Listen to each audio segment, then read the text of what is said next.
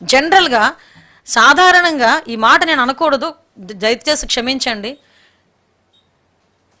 మీ అమ్మ కొంచెం వర్డింగ్స్ మార్చి మాట్లాడితేనే ఫిల్ట్ పట్టుకుంటాడు ఎవడైనా వచ్చి గట్టిగా మాట్లాడితే. మనం మామూలు ఫ్లోలో అరే నీ చెల్లి గురించి, నీ తల్లి గురించి, నీ బాబాయ్ కూతురు గురించి నోటికొచ్చినట్టు మాట్లాడి షర్మిల రాజశేఖర రెడ్డికి పుట్టలేదు, విజయలక్ష్మి గారిని అడగాలి అని నీ సోషల్ మీడియా కుక్కలు నోటికొచ్చినట్టు మాట్లాడుతుంటే ఆ రోజు కూడా నీకు పౌరుషం రాలేదంటే నీకు ధనాపేక్ష, అధికారాపేక్ష ఏ లెవెల్లో ఉన్నాయో నాకు అర్థమవుతుంది. ఈ వర్రా రవీంద్రారెడ్డి అనే వెధవ ఆడు మాట్లాడిన మాటలు, ఆడు పెట్టిన పోస్టులు చూస్తే సాక్షాత్తు సునీత గారే షర్మిల గారి గురించి అలా అంత నీచంగా మాట్లాడుతున్నారని చెప్పి మాట్లాడినప్పుడు ఒక్కసారి మనం కూడా ఒకసారి చెక్ చేసుకోవాల్సిన అవసరం ఎంతైనా ఉంది. ఆ రోజు కూడా షర్మిల తన నాన్నకు పుట్టలేదు అని గురించి అలా కూడా మాట్లాడే పరిస్థితులు ఆ రోజు సంభవించాయి. ఈ రోజుకి కూడా షర్మిలమ్మని, విజయమ్మని, సునీతమ్మని ఇంత నీచంగా మాట్లాడుతూ ఉంటే మేము ఆ టైంలోనే ఆలోచించి తల్లికి చెల్లికే దిక్కు లేదు, ఇంక మేమెంత, మా ఇంట్లో కుటుంబ సభ్యులంతా.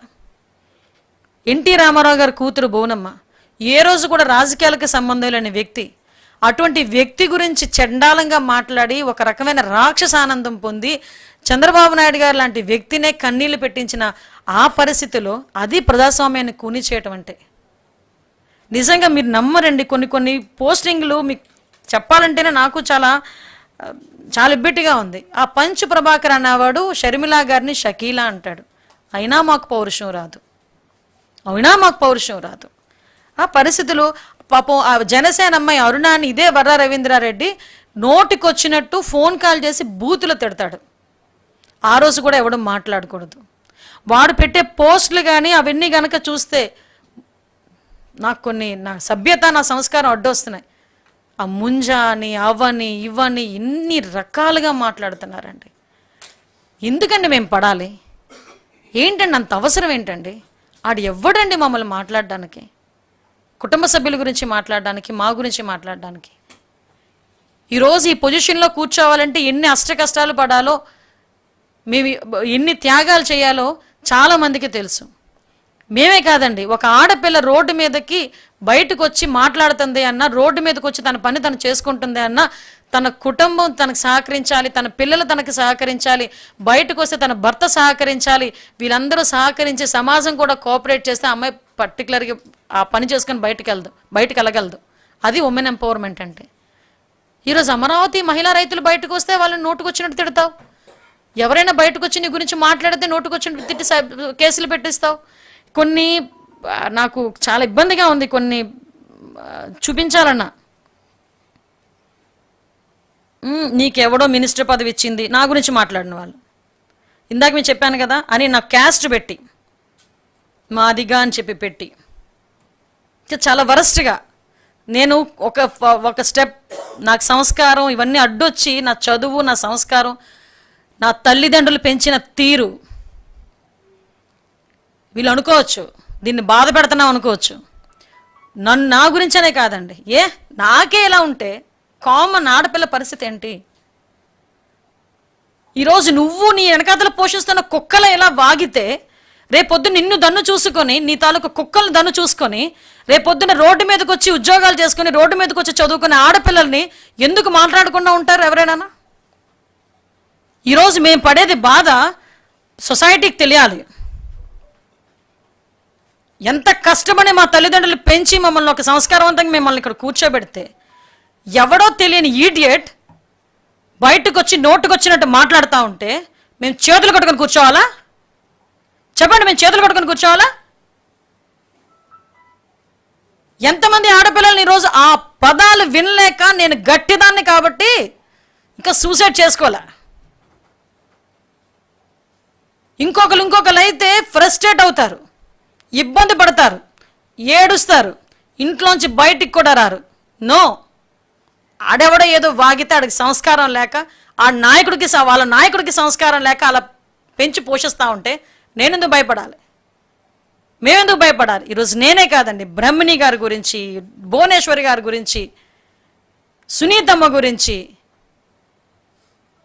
ఎంత దారుణమైన కామెంట్స్ అంటే కొన్ని కామెంట్స్ మీకు చూపించలేక నేను ఆగుతున్నాను, కానీ నాకే చాలా అది అది మామూలుగా కాదు.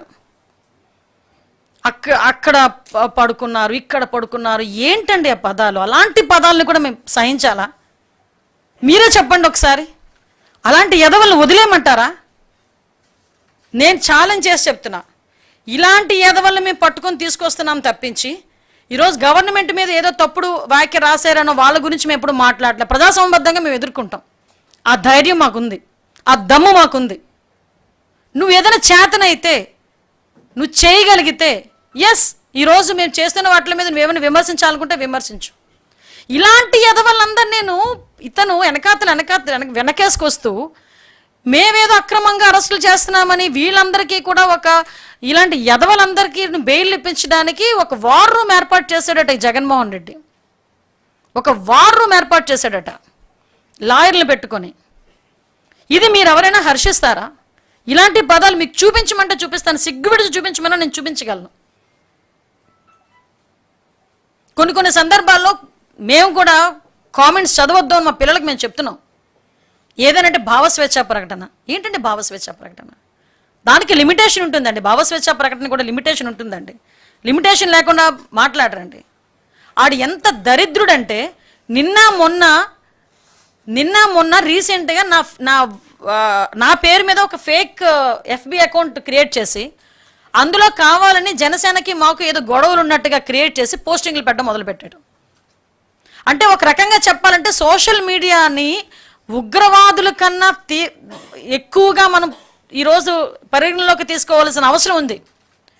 వీళ్ళు ఏ సందర్భంలో నుంచి ఏదో ఒక అకౌంట్ల నుంచి బయటకు వస్తారు, నోటుకు వచ్చినట్టు రాస్తారు, విద్వేషాలు రచ్చగొట్టడానికి ట్రై చేస్తున్నారు. పవన్ కళ్యాణ్ గారికి, చంద్రబాబు నాయుడు గారికి, ఇప్పుడు జనసేన కార్యకర్తలకి, టీడీపీ కార్యకర్తలకి ఆ అండర్స్టాండింగ్ ఉంది కాబట్టి సరిపోయింది. కానీ ఏదైనా వీళ్ళు చేసిన పనులకి ఏదైనా తేడా వస్తే ఏ పరిస్థితులు వస్తాయండి? నా పేరు మీద, ఐఎమ్ ఏ హోమ్ మినిస్టర్, నా పేరు మీద ఫేక్ అకౌంట్ ఓపెన్ చేసి దాంట్లో పోస్టులు పెట్టి దానికి 13,000 మంది ఎంతమంది ఫాలోవర్స్ అట. అసలు అంటే ఇప్పుడు మేమేమీ చేయకుండా చేతులు కట్టుకుని కూర్చోవా? మేము ఇప్పుడు కూడా మాట్లాడకుండా కూర్చుంటే వెనకేసుకొస్తావా నువ్వు? చెప్పు. నీ తల్లి మీద, నీ చెల్లి మీద ఆఖరికి ఏమని మాట్లాడారండి? ఎవడో కదా వర రవీంద్రారెడ్డి గారు అన్నవాడే. అసలు ఆ పదాలు వింటానండి, నాకు చాలా ఇబ్బందిగా ఉంది. నాకు చెప్తున్నాను కదా, కొన్ని వర్డింగ్స్ వల్గర్ లాంగ్వేజ్ అనమాట. ఎక్కడో సంస్కారం అడ్డొస్తుంది. ఒక హోమ్ మినిస్టర్గా ఉన్నాను కాబట్టి ఎక్కడో సంస్కారం అడ్డొస్తుంది. మామూలుగా కూడా నేను మాట్లాడలేను ఇలాంటి పదాలు. ఏది పడుతుంది? ఇప్పుడు చెప్పండి. కొన్ని మీకు లేదు, మేమేం అనలేదంటే నేను ఓపెన్గా చెప్తా, ఇలా తిట్టారు నన్ను, వదిలేయాలా?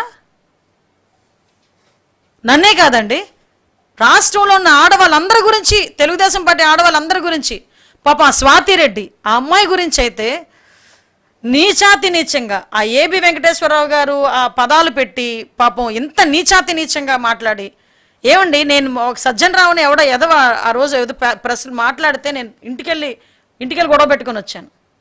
అప్పటి నుంచి ఇప్పటి వరకు ఇంకా హోమ్ మినిస్టర్ అయినా, ఇప్పటికీ సీఎం అయినా చంద్రబాబు నాయుడు గారు అదే మాటలు పడాలి, వాళ్ళ కుటుంబ సభ్యులు అదే మాటలు పడాలి, హోమ్ మినిస్టర్ అయినా నేను అదే మాటలు పడాలి. అవసరం ఇదంతా? కాబట్టే చర్యలు తీసుకుంటున్నాం. ఇలాగా పెట్టేగిపోయి సోషల్ మీడియా ముసుగులో నేరస్తులు రాజకీయ ముసుగులో బయటకు వచ్చి మీ భావస్వేచ్ఛా ప్రకటన ఆ ప్రకటన అని చెప్పి నోటికొచ్చినట్టు బూతులు మాట్లాడి బూతులు తిడుతున్నట్టుగా ఉంటే ఎవరిని వదిలిపెట్టేది లేదు. అందరి సంగతి తేలుస్తాం. దీనికి వీలైతే గౌరవ చంద్రబాబు నాయుడు గారు, డిప్యూటీ సీఎం పవన్ కళ్యాణ్ గారు అందరూ కలిపి ఒక స్పెషల్ యాక్ట్ కూడా తీసుకురావడానికి సిద్ధపడ్డారు. మేము ఈరోజు గర్వంగా గుండెల మీద చెయ్యేసుకొని చెప్పగలం. ఈ రోజు వరకు జరిగిన ఏ సంఘటనలోని కూడా నిందితులు అన్నవాడు 24 గంటల నుంచి 48 గంటల్లో పట్టుకున్న పరిస్థితి మాది. వాళ్ళకి త్వరితగతిన శిక్ష పడాలి అని గౌరవ చంద్రబాబు నాయుడు గారి ఆదేశాల మేరకు స్పెషల్ కోర్టులను ఏర్పాటు చేసి ఈరోజు వాటికి ఈ కేసులన్నింటినీ మేము ఇచ్చి వాళ్ళకి 2-3 నెలల్లోనే వాళ్ళకి కన్విక్షన్ పడేటట్టుగా చేయగలమని నమ్మకంతో పనిచేస్తున్న వ్యవస్థ మాది. ఈరోజు ఆడబిడ్డల జోలికి వస్తే ఊరుకోము, సోషల్ మీడియాలో ఎట్టి పరిస్థితులని తప్పుడుగా ప్రచారాలు చేయకూడదు అని చెప్పి ఈరోజు మేమందరం కూడా ఒక ఉక్కుపాదం మోపుతున్నాం. గంజాయిని పెంచి పోషించిన జగన్మోహన్ రెడ్డి ఎక్కడ? అదే గంజాయి అరికట్టడానికి ఈరోజు కూడా నార్కోటిక్ టాస్క్ ఫోర్స్ని ఏర్పాటు చేసుకొని దానికి ఒక సపరేట్ వింగ్ని ఏర్పాటు చేసుకొని ఈరోజు మేము పనిలోకి మేము దిగబోతున్నాం. ఇలాంటివి చూస్తూ ఉంటే ఇప్పటి వరకు పోలీస్ వ్యవస్థను పట్టించుకొని వాళ్ళకి ఈరోజు పోలీస్ వ్యవస్థను పట్టించుకునేటట్టుగా మేము చేస్తున్నాం. ఒకటి మాత్రం చెప్పగలం, మా గవర్నమెంట్లో, ఎన్డీఏ గవర్నమెంట్లో పోలీస్ అన్నవాడు తలెత్తుకుని తిరిగేటట్టుగా మేం చేస్తాం. నేరస్తుడు అనేవాడు భయపడి చచ్చేటట్టు కూడా చేయగలం. ఈ రెండూ జరుగుతాయి. అది కేవలం ఎన్డీఏ వల్లే సాధ్యపడుతుందని మీ అందరికీ తెలియజేసుకుంటూ మా అందరికీ సహకరించాల్సిందిగా కోరుకుంటున్నాం. ఆధారాలు లేకుండా అరెస్టు చేస్తే కోర్టులు ఊరుకుంటాయండి? చెప్పండి. కోర్టులు ఉన్నాయి కదా. వీళ్ళు కోర్టుల మీద, కోర్టుల్లోని మన జడ్జిల మీద కూడా చాలా వల్గర్ లాంగ్వేజ్లో పెట్టిన సందర్భాన్ని మర్చిపోయాడా జగన్మోహన్ రెడ్డి? ఆ రోజు అతను వాళ్ళ మీద ఏదైనా ఒక యాంటీ తీర్పు ఏదైనా వచ్చిందంటే, ఆ గవర్నమెంట్కి వ్యతిరేకంగా ఒక తీర్పు వచ్చిందంటే జడ్జిల మీద కూడా అసభ్యకరమైన పదాలతోని పోస్టులు పెట్టిన సందర్భాన్ని మర్చిపోయాడా జగన్మోహన్ రెడ్డి? మాకు పద్ధతి తెలుసు, మాకు చట్టం తెలుసు, మాకు పద్ధతి తెలుసు, చట్టాలను ఎలా గౌరవించుకోవాలో తెలుసు, కోర్టులను ఎలా గౌరవించుకోవాలో తెలుసు. దాని ప్రకారమే చర్యలు ఉంటాయి.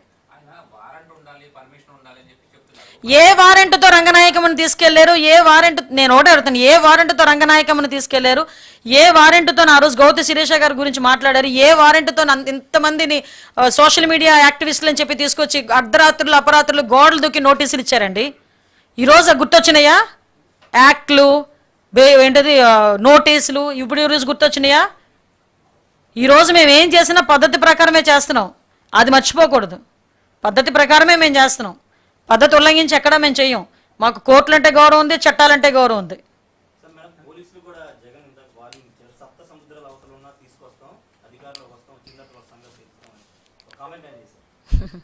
అంటే దాన్నే అంటారు వాడుకొని తెప్పతగలేసే రకం ఉంటుంది తెలుసా?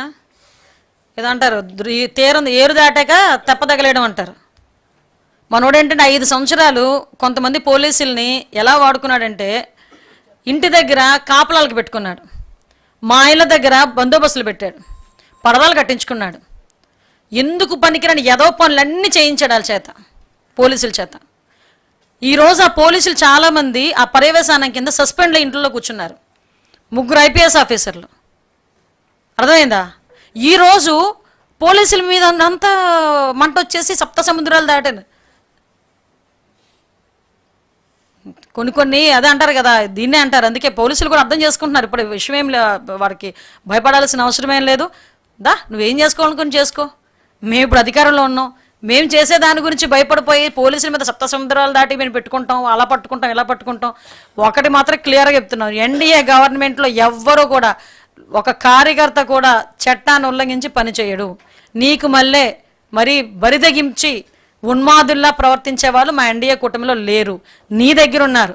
నీకు చెప్తున్నా, సోషల్ మీడియాలో నోటుకొచ్చినట్టు మాట్లాడి ఎలాగైనా ఒక పిచ్చ ఆనందం పొంది, రాక్షస ఆనందం పొంది, నేను ఎక్కడో కూర్చుంటాను, ఎక్కడో ఐడి పెట్టి నేను ఇక్కడ ఎక్కడో కామెంట్ పెడతాను, నన్ను ఎవడు ఏమి చేయలేడులే అనుకుంటే వాళ్ళకి చెప్తున్నా, సప్త సముద్రాలు దాటున్నా కూడా మిమ్మల్ని పట్టుకుంటాం.